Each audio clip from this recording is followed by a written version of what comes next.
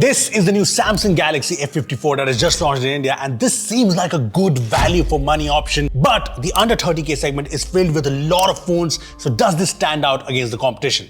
Let's find out. Okay, so this is what the phone looks like. We have the silver variant as well as the blue one, and I think it's the silver variant which obviously looks more striking with its mirror sort of finish that does remind me of the Note 10 Plus. I mean, it is a bit of a fingerprint magnet, but yeah, this finish and this minimal camera module do give this phone a nice look. Now, do note that the phone has a plastic build all around, but there is a positive to this. The phone is sleek at 8.4mm thickness, and this weighs 199 grams, which is very good considering this phone has a massive 6000 mAh battery. Apart from this, the phone has a side-mounted fingerprint scanner, which is fast and nice. There's a dual SIM plus micro SD hybrid slot, and if you're wondering, there's no headphone jack, and the phone only has one single speaker at the bottom. Now, do note that almost every phone in this price segment comes with stereo speakers, so this could have been better. Going to the front, the bezels are fairly narrow, and as for the display, the F54 comes with Samsung's 6.7-inch Super AMOLED Plus display with a 120Hz refresh rate. And like most Samsung phones, this is a very good display. It's smooth and responsive, it has HDR support in videos, even in apps like Netflix. And videos look great on this panel with punchy colors and deep blacks, and this display is bright enough for outdoor usage.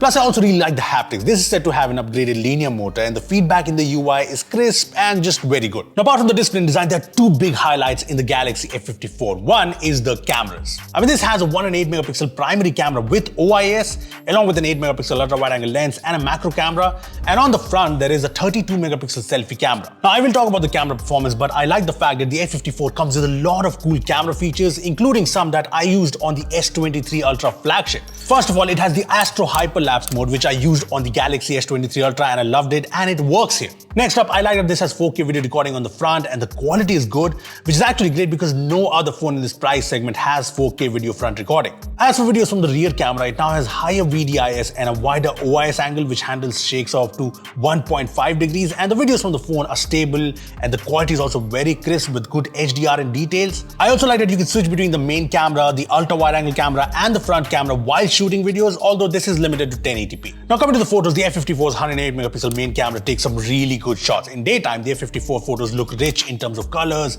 and I also like the dynamic range as well as the details these photos have. The low light photos are also fairly good. The F54 automatically turns on the night mode, and most photos are sharp and have good colors even in low light.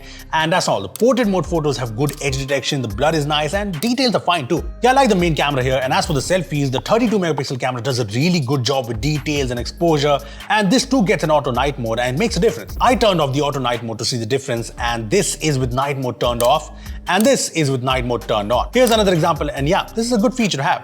Cameras apart, the other big highlight of the F54 is the software. The F54 comes with the latest OneUI 5.1 update on top of Android 13, and we all know how Samsung has been in terms of updates, really good, and the F54 is no different. Samsung has promised 4 OS updates for this phone along with 5 years of security patches, which is basically the best you can get in the segment really. Think about it, the F54 will get the Android 17 update. That's a long time away, but that's really good. Anyway, OneUI on the phone is good. It's optimized, you get all the features including knock security, Samsung Wallet with the NFC, and as for pre-installed apps, there are these third-party apps that can be uninstalled, and there are these Microsoft apps too. You also get the glance lock screen, which you can disable. Coming to the performance, the F54 is powered by the Exynos 1380 processor, which is a 5nm chipset, and it's something we have seen in the higher-end Galaxy F54 too. There's also 8GB RAM and 256 gigs of storage, which is nice to see. Now, the performance of the Exynos 1380 is somewhat close to the Snapdragon 778G Plus. I mean, here are the benchmark scores from the phone.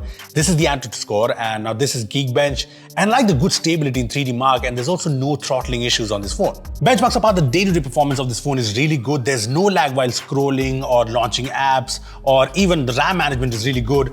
As for gaming, I did notice that not all games support the highest graphics settings, but the gameplay is smooth and nice even after long hours of gaming. Now, if you're wondering about any heating issues, the phone does get a bit warm around the camera after a while, but it's not overheating as you can see. The battery, like I said, is a huge 6000 mAh unit, and this lasts a long time. I mean, I put the phone to shoot the Astro Hyperlapse video at 100%, and after 9 hours of video recording, the battery was at 23%, which is really good, crazy good. And even in day-to-day heavy usage, we got a screen on time of almost 6 hours always, with some good amount of battery left, so the battery performance is without doubt really good. As for charging, this supports 25 watt fast charging, but there's obviously no charger in the box. Connectivity wise, this has 10 5G bands, including the bands required in India. There's also carrier aggregation support, so everything is covered. Now let's talk about the pricing. The Galaxy F54 has launched in India at rupees 29,999, and for people who pre-order this phone will get a discount of 2,000 rupees, bringing the price basically to 27,999.